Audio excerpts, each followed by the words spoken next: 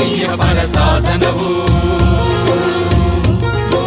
ಕಷ್ಟದೊಡನ್ನವ ದುಡಿವನೆ ತ್ಯಾಗಿ, ಸೃಷ್ಟಿ ನಿಯಮದೊಳಗವನೇ ಹೋಗಿ.